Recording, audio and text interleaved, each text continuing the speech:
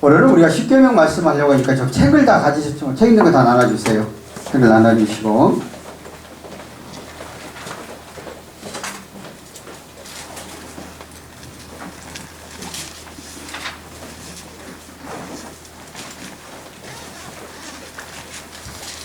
자, 여러분들 이제 7페이지부터 우리가 제목은 제 10계명 가운데 제1계명 너는 나의 다른 신을 내게 두지 말라 하는 그런 제목을 가지고 말씀을 드리려고 합니다. 우리가 예수를 믿는다는 것은 무엇일까? 가장 여러분이 의문도 많이 갖고 또 물어보기도 하고 그런데 그렇게 막상 여러분에게 물어보면은 확고하게 답을 못하죠. 그런데 우리는 가장 먼저 알아야 될 것은 우리의 신앙의 대상이 삼위일체 하나님, 우리가 믿는 하나님은 성부, 성자, 성령의 하나님이십니다. 그래서 삼위일체 하나님이라고 그렇게 말을 해요.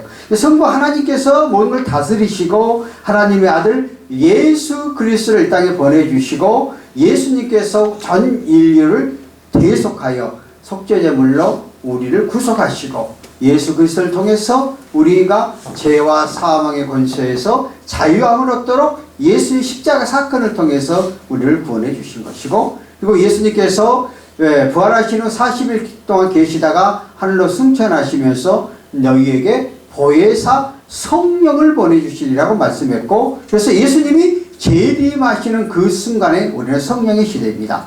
그러므로 오늘날 구약시대 때는 하나님이 오늘 십계명도 직접적으로 내려주셨고 또 예수님을 통해서 계시를 해주셨지만은 오늘은 성령의 시대, 하나님과 예수 그리스도의 영이 성령을 통해서 오늘 우리의 삶 가운데 속에서 우리에게 가르쳐주고 있는 것이죠. 그래서 성령의 시대에는 우리 사람의 각자에게 하나님이 우리에게 주시는 내마가 달라요. 어느 사람들은 하나님의 말씀이 성경 66권을 읽다가 그 말씀 속에서 깨닫고 은혜를 받는 사람이 있는가 하면은, 또 어느 분은 찬양 가운데 속에서, 어느 분은 기도 가운데 속에서, 어느 분은 설교 말씀 가운데 속에서 우리 각자에게 하나님이 다양성 있게 우리에게 성령을 통해서 오셔서 나로 하여금 살아계신 하나님을 올바로 알고 깨닫고 의지하도록 이끌어 가십니다. 그런데 우리가 막연하게 하나님에 대해서 정확하게 알지 못하고 믿다 보면은 오늘날 이단적인 요소들이 많이 있잖아요. 극단적으로 빠지는 요소들이 많잖아요. 그런 대로 흘러가 버립니다. 오늘날 처음부터 이단이 되어지는 경우는 없어요. 처음에는 하나님의 말씀대로 복음적으로 가다가 점점점 하나님의 말씀과는 어긋나게 하는 방향으로 가고, 오늘날 코로나로 인해서 각 지역에서 여러 가지의 그 기독교 선교단체라든가 교회 이름 갖고 있는 데가 이상한 현상들이 나타나는 모습들을 보는데, 하나님의 말씀, 성부와 성자가 성령의 삼위일체 하나님을 올바로 알고 올바로 믿고 그 뜻과 그 의지도 나갑니다. 절대적으로 이단적인 요소를 가지를 않습니다. 그런데 하나님의 말씀의 원리를 올바로 알지 못하고 어느 한편에 치우치다 보면은 바로 그렇게 되어지는 겁니다. 그러므로 저와 여러분들이 우리 예수 그리스도를 믿고 나가는 사람들의 가장 기본적인 삶 속에서 어떻게 생활해 가야 하는 그러한 방편은 우리 십계명을 통해서 말해주고 있습니다. 그래서 우리가 하나님은 오늘 우리에게 성경을 주셨고, 또 성경을 통해서 66권이에요. 성경은 구약 성경 39권, 신약 성경 26권, 그래서 66. 그래서 외우기도 좋아요. 그래서 그 66권 안에 근데 너무나 내용이 많아요. 너무나 많거든요. 그 66권은 이것을 다 본다는 얘기는 굉장히 힘들어요. 성령께서 감동을 주지 않으면 여러분들이 성경을 잘 못 읽어요. 그래서 이 성경책은 하나님의 감동으로 기록된 것이기 때문에 우리가 세상에서 공부를 할 때 보면은 유치원, 초등학교, 중학교, 고등학교, 대학교 각각 역사를 공부하든 무엇으로 각각 난이도가 달라요. 그렇죠? 거기에 맞게 가르쳐 주죠. 근데 성경은 똑같은 말씀을 가지고 유치원에서부터 시작해서 대학원 박사를 받든 똑같이 한 말씀 갖고 우리가 배워요. 읽어요. 때로는 무슨 말인지 모를 때도 있고 때로는 그것이 내 말씀 속에 감동을 줄 수도 있어요. 왜? 하나님의 감동으로 각 저자가 있어요. 구약 성경은 지금으로부터 500년 전에 기록돼요. BC 1400년 이전에, 그리고 신약 성경은 AD 100년 이전에 했단 말이에요. 그러니까 그렇게 많은 역사, 또 이 성경 66권을 저술한 사람 거의 50여 명 가까이 돼요. 그런데 하나같이 구약 성경과 신약 성경, 그러니까 그 시대적인 세월이 엄청난 텀이 있는데도 불구하고 구약과 신약은 전부 연결되어 있어요.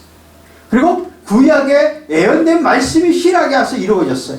예수님께서 사역하실 때에 수없이 구약 성경의 말씀을 인용하여서 우리 사복음서라면 마태, 마가, 누가, 요한복음 안에 기록되어져 있어요. 그래서 이 성경이 하나님의 감동을 했다 하는 얘기는 무슨 말이고, 이렇게 많은 세월, 많은 저자들이 있는데도 불구하고 모든 성경은 짝을 이루고 있다는 거예요. 한번 생각해 보세요. 여러분들이 우리가 과거의 그 역사, 과거의 책과 현재 책은 엄연히 달라요. 그런데 성경은 그러지 않아요. 이게 왜 그럴까?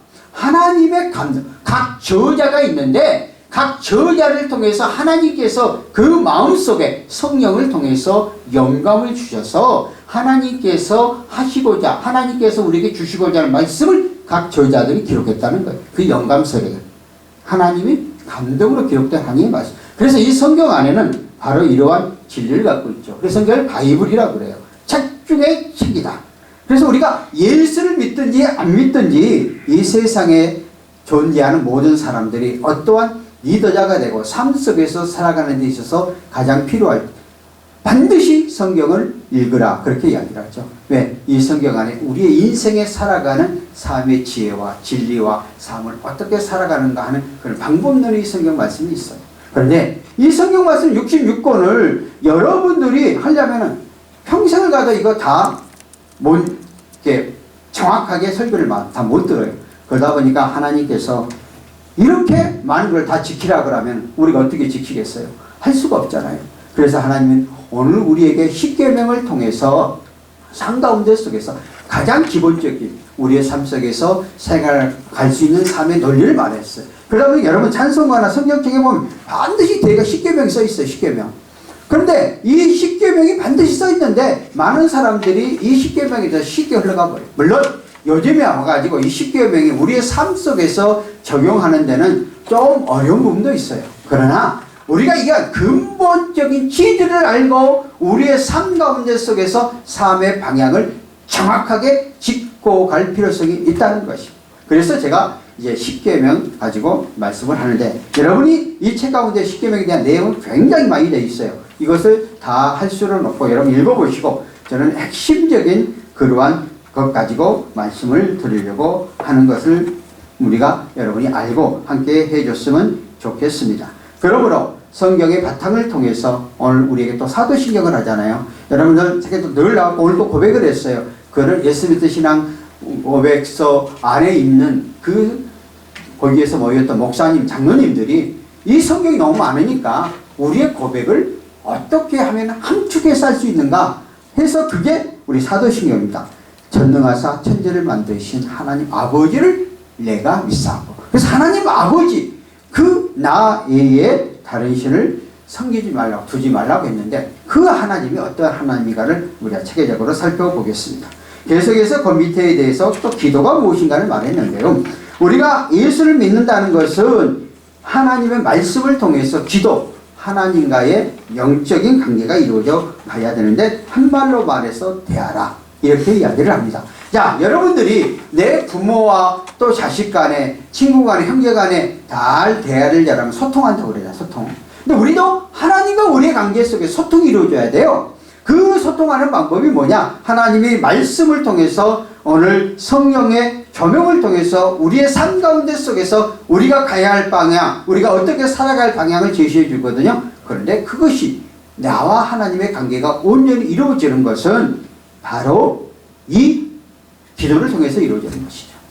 제가 지금 백석대학교에 그 헌법을 강의하고 있잖아요. 근데 우리 설립자 되신 장경영 설립자님께서 학생들이 들어오면은 이렇게 이야기를 합니다. 또 교수에게 이렇게 이야기를 합니다. 세상 책을 1시간 읽으면은, 자, 성경책을 2시간 읽고 기도를 3시간 해야 된다, 이렇게 말씀을 합니다. 왜? 하나님의 선지 생도도 이제 교회 신학을 우리가 MDB 3년을 하고 이제 강도사 그치 목사가 봤는데 그러한 사람들이 하나님의 말씀을 올바로 알지 못하고 기도를 통해서 하나님의 뜻을 올바로 깨닫지 못하면 아무 의미가 없다는 거예요. 신학교에 오는 근본적인 목적은 세상적인 지식을 가지고 오는 게 아니라 하나님의 말씀이 삶 가운데 속에서 우리가 어떻게 적용시켜 나가야 하는가 그것을 알아야 되는데 그러기 위해서는 세상적 책을 많이 읽는 것이 아니고 성경과 기도를 통해서 영적인 하나님의 말씀을 교잡고 가는 것이 최고이다는 거예요. 오늘날 우리의 모든 성도들이 우리가 성경 공부도 많이 하고 큐티도 많이 하지만은 그 말씀이 내 것이 되도록 하나님과의 영적인 교제가 이루어져야 되는데 그것이 기도예요. 이 기도는 호흡이라고 그랬죠. 하나님과의 관계가. 많은 사람들은 기도를 할 때에 정말 어렵고 힘들다고 말을 해요. 그런데 자꾸 그 육가 원칙의 생각을 하니까 그래요. 단순하게 생각하면 돼요. 내가 나의 삶의 모든 문제 갖고 있는 것들을 하나님 앞에 창조주 하나님 앞에 아뢰고 의지하면 된다 하고 마지막 예수님의 이름 기도하면 되는 거예요. 그래서 우리가 하나님과 가장 가까이 이루어지는 것은 하나님의 말씀과 기도를 통해서 전복되어질 때 하나님이 나에게 어떻게 삶 가운데 속에서 가야 할 방향들을 제시해주고 붙잡아주고 이끌어줘요. 오늘도 제가 이 말씀을 하기 전에 여러분들이 이름 생각나는 제가 아침 5시에 1시간 이상을 기도를 했어요. 갑자기 기도가 제목이 많아졌어요. 그때 여기 와놨을 때는 그런 기도 제목이 많지 않아졌는데 왜냐하면 일단 내가 포커스는 여기에 맞춰야 되겠다고 생각. 나는 하는 일 다른 거 있지만은 왜? 영적으로 여러분을 새롭게 해야 되겠다. 그러니까 나도 기도 안 하면은 와서 이렇게 말을 못해. 오늘 이 말씀이 이거 하려고 그랬는데 또 내가 지금 성령께 주신 대로 하고 있는 거예요 지금. 결론 내가 맺겠지만. 그래서 이게 굉장히 중요해. 그래서 그 밑에 보면은 뭐라고 그랬어요? 자, 아까 앞에서 설명했던 것처럼 십계명이 우리에게 어떠한 관계가 이루어지는가 굉장히 중요해요. 자, 하나님께서 성경은 각 저자의 감동으로 기록하여서 각 저자가 있어요. 그런데 십계명은 하나님께서 3,500년 전에 이스라엘 백성들을 시내산으로 이끌어 가면서 모세가 시내산에 올라가서 하나님께 기도할 때 하나님께 친히 임재하여서 모세 앞에 돌에다가 십계명을 새기셨어요. 하나님이 직접 십계명은 새겨주신 거예요. 그리고 모세가 그 십계명을 가지고 내려왔잖아요. 그러니까 우리가 앞에서 말한 것처럼 성경은 하나님의 감동으로 기록된 말씀이지만은 그러나 십계명은 하나님이 친히 새겨주신 말씀이라는 거예요. 그러니까 우리의 삶 가운데 속에서 얼마나 십계명이 삶의 원리가 되어져야 해. 66번을 다 적용하기 어려우니까 이 10계명만 갖고 올바로 생활을 해도 정말 잘했다고 우리 삶 가운데 인정을 받죠. 그런데 1계명과 4계명은 하나님을 섬기는 거예요. 하나님을 어떻게 섬겨라. 그리고 5계명부터 10계명까지는 수평적으로 사람과 관계예요. 하나님은 하나님과 사람의 관계, 수평적인 수직과 수평적인 것 십자가의 사람. 그래서 저는 이렇게 표현을 해요. 십자가, 수직, 수평, 하나님의 관계. 수직과 수평의 관계를 잘 이루어서 예수님은 결국 우리에게 십자가의 사랑을 말해주고 있습니다. 자, 그럼 한 걸음 더 나가서 우리 8페이지 한번 보시면은, 자, 십계명의 입법 취지, 입법 정신이 무엇인가? 십계명은 하나님께서 친히 시내산에서 임재하셔서 주신 성문법, 언약의 백성, 하나님의 선택된 백성들에게 주시고자 하는 최고법이라는 것입니다. 십계명은 결국 인간이 만드는 법이 아니라 출애굽을 가능케 하시고 가나안에서 애굽에서 이스라엘 백성들을 인도하셔서 하나님께서 그 백성들에게 친히 제정해 주셨다는 것입니다.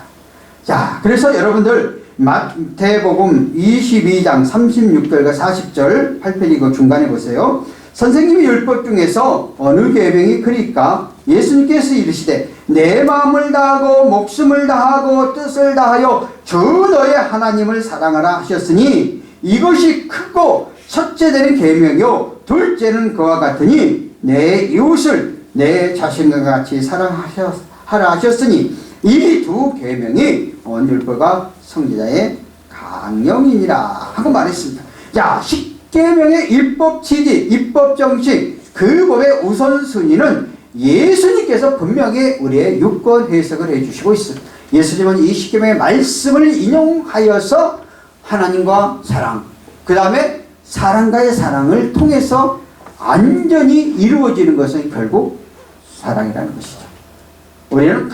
우리가 찬송가, 복음송 가운데 속에서 우리는 사랑받기 위해 태어난 사람하고 가만 보면 그 의미가 잘못됐어요. 우리가 사랑만 받는 게 아니라 예수님의 사랑을 받았으니까 나도 사랑을 줘야 되는 거거든요.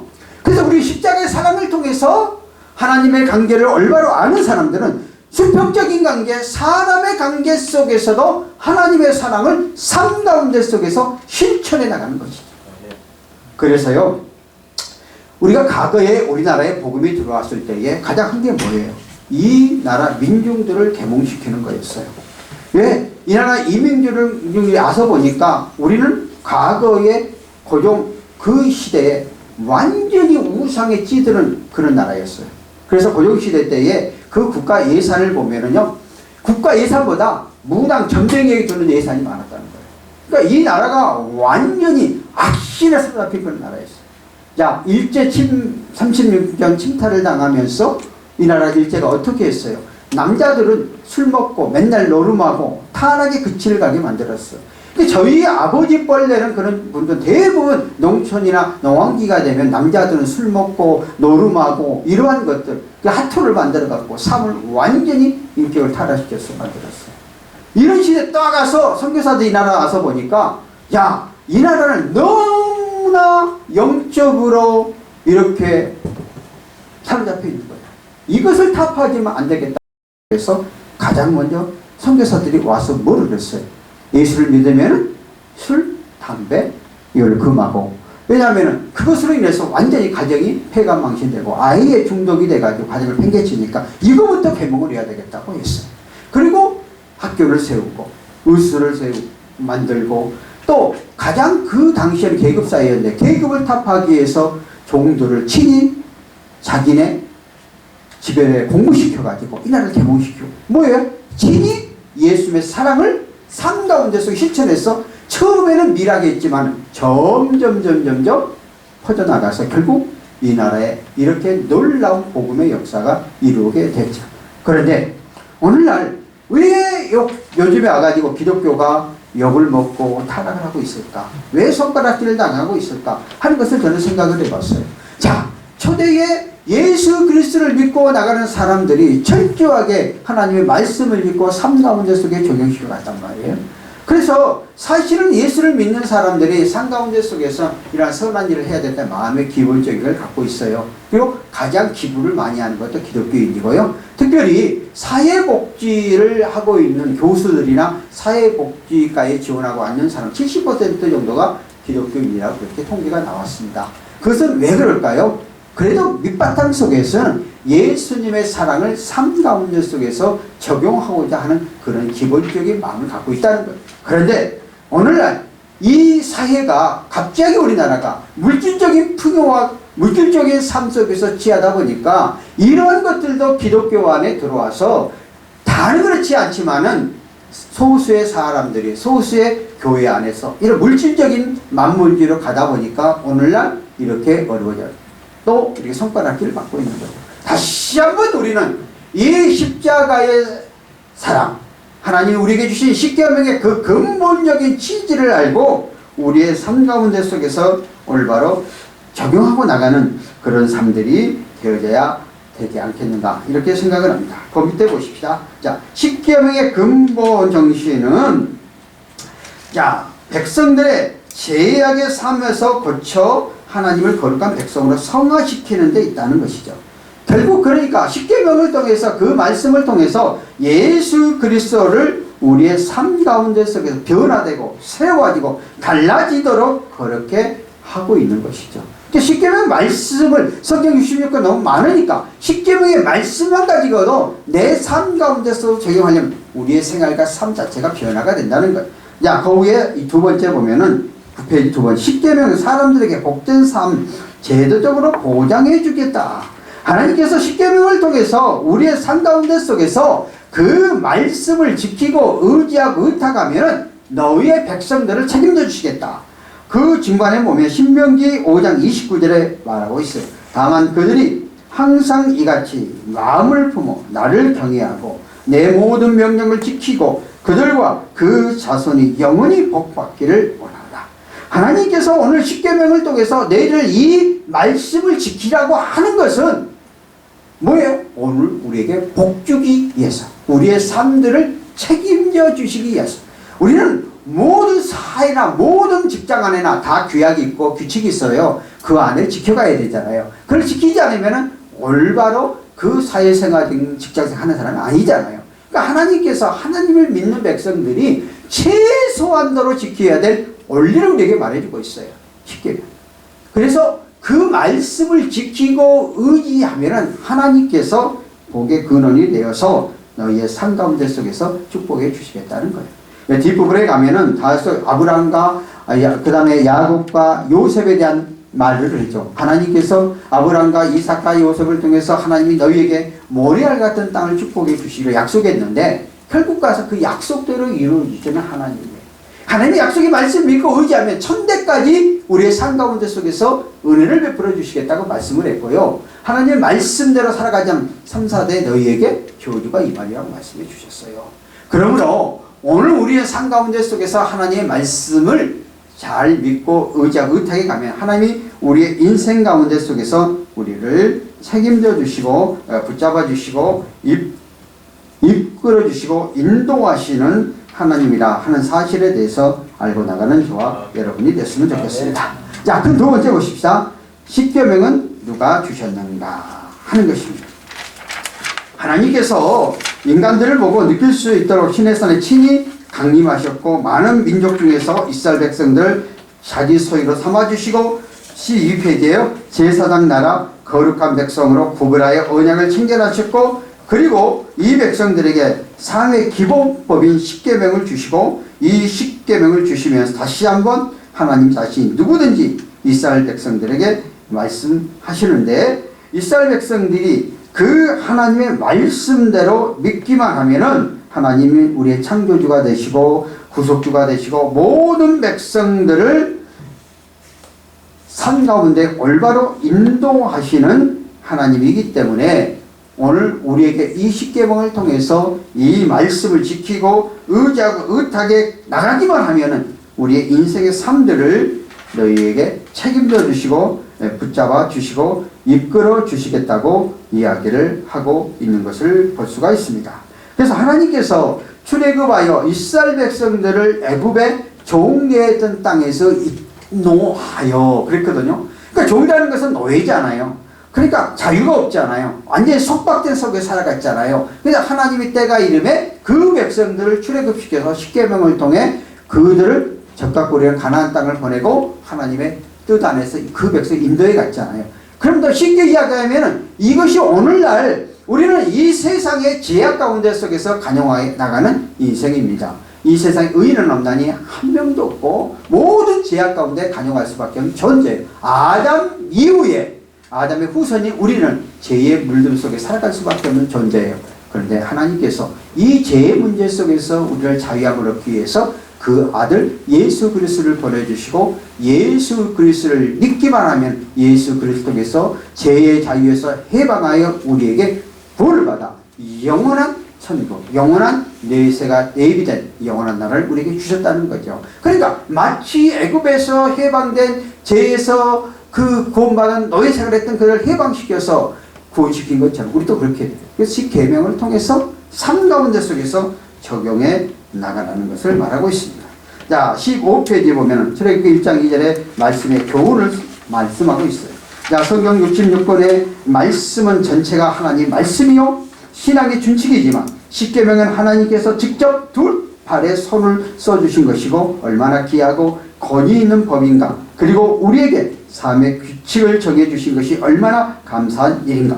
우리는 인간을 무시하고 약하다 그렇기 때문에 하나님께서 구체적인 말씀을 주시고 그 말씀대로 살 수 있는 여건을 조성해 주셨고 이렇게 해 주시지 않으면 인간은 속기 타락할 수밖에 없고 말씀을 지킬 수 있는 능력과 환경을 간구하는 기도를 드리면서 하나님의 마음에 합당한 삶을 소망하는 성도들이 되도록 했다는 것입니다. 자, 마지막 세 번째 모든 사람들이 하나님 외에 다를 섬기지 말라. 자, 하나님의 형상으로 지음받은 사람은 하나님 외에 다른 어떤 경배의 대상을 가지면 안 된다는 것이죠. 우리 하나님의 형상, 하나님으로부터 하나님의 모습과, 그러니까 세상의 만물의 영장이라고 그러잖아요. 그러니까 인간은 하나님이 특별히 지음받았어요. 그러니까 이걸 더 쉽게 이야기하자면은 여러분 한번 전후 좌우를 살펴보세요. 나하고 똑같은 사람 하나도 없어요. 쌍둥이는 같을 것 같죠? 절대 그러지 않습니다. 쌍둥이가 똑같은 생각을 갖고 있다면 절대 결혼할 때 똑같은 사람하고 다른 사람 못해요. 하나님이 철저하게 하나님의 형상대로 우리가 지음받아요. 그래서 여러분들이 형제가 있어도 형제가 다 똑같지 않아요. 다 달라요. 이렇게 다양성 있게 우리 한 사람 한 사람의 객체를 만드셨어요. 그럼 우리 한 사람 한 사람이 얼마나 귀중하고 소중하게 만드는지 몰라요. 하나님 형상대로 만드는 우리는 하나님의 지음받은 피조물이기 때문에 누구의 창조주 하나님 외에 다른 분을 섬기면 안 된다는 거예요. 그래서 특별히 인간에게는 생각하는 사고와 육적인 두 가지가 있잖아요. 본능적으로는 못 살아요. 영원히 만족을 느껴줘야 되는 거예요. 우리가 인간의 세상을 살아가면서 동물들은 똑같이 하나님 형상대로 하나님께 지음받았지만 그건 본능대로 살아요. 사람은 생각하는 사고를 줬고 또 육적인 삶도 이런 두 가지를 줬어요. 그래서 내 영혼이 만족함이 없으면 육적인 것도 만족함이 없어요. 그러므로 이 세상에 하나님의 창조된 인간에게 종교성을 갖도록 만드셨어요. 종교성이 뭐냐면은 어떤 신을 대상으로 섬기도록. 그러므로 아까 앞에 서론적으로 이야기했지만 우리나라가 하나님을 알지 못할 때 이렇게 잡신들을 엄청 섬겼고 오늘날 세계 곳곳에 200여 개의 나라 각각 간 나라들마다 복음이 들어가지 않는 나라 그 토독적인 신앙을 섬김의 대상이 되잖아요. 그런데 우리 하나님께서 바로 나의 어떤 신도 하나님만을 의지하고 하나님만을 의탁. 왜? 만드신 분이 하나님이시고 창조주가 하나님이시니까 그 하나님만을 의지하도록 하라는 거예요. 그러니까 나에게 다른 신을 두지 말라는 거예요. 하나님의 다른 신앙의 대상을 갖지 말라는 거예요. 그래서 우리는 이 하나님을 갖다가 히브리어로 엘로힘, 정말 전능하신, 모든 것들을 유일하신, 모든 것들을 가능케 하신, 모든 것들을 다루시신, 모든 것들을 주관하시고 운행하시는 전능하신 하나님이라고 그렇게 표현을 하고 있습니다. 그러므로 이 하나님이 오늘 우리의 삶의 현장 가운데 올바른 믿음과 신앙을 갖고 나가는 하나님 우리의 삶 가운데 책임져 주셔요. 우리 세계의 역사의 흐름을 한번 보십시다. 16세기에는 스페인이 세계를 지배했어요. 근데 스페인이 세계를 지배하게 됐던 역사를 한번 보세요. 그 스페인이라는 나라가 그 기독교를 받아들이면서 이슬람이라든가 하나님을 믿지 않는 사람 전부 추방을 해버렸어요. 그래서 하나님이 그 스페인을 이대하게 썼어요. 그러다가 스페인이 세월이 보통 한 역사가 1세기 이상 지나면 타락하게 되더라고요. 그래서 네덜란드로 옮겼어요. 네덜란드는 조그만 나라잖아요. 그래서 거기는 이대한 개신교의 질달이 나왔고 개신교 질달이 총리까지도 하고 그래서 또 한때 그 조그만 네덜란드가 17세기, 17세기경에 세계를 지배를 했어요. 그러고 나서 그 네덜란드에서 어디로 갔어요? 영국으로 넘어갔죠. 그 영국에 넘어갔어요. 영국이 19세기까지 해가 진다는 나라가 됐죠. 왜? 예수님의 신앙 고백서 같은 거, 아까 사도신경 같은 거 다 어디서 나왔어요? 영국에서 나왔습니다. 철저하게 그들이 개신교, 정말 하나님의 말씀대로 의지해 나가. 그런데 이제 경제가 잘 되고 국가가 잘 나가다 보니까 타락하게 됩니다. 그때 청교도를 핍박을 해요. 청교도는 뭐예요? 하나님의 말씀대로 살고 의지하는.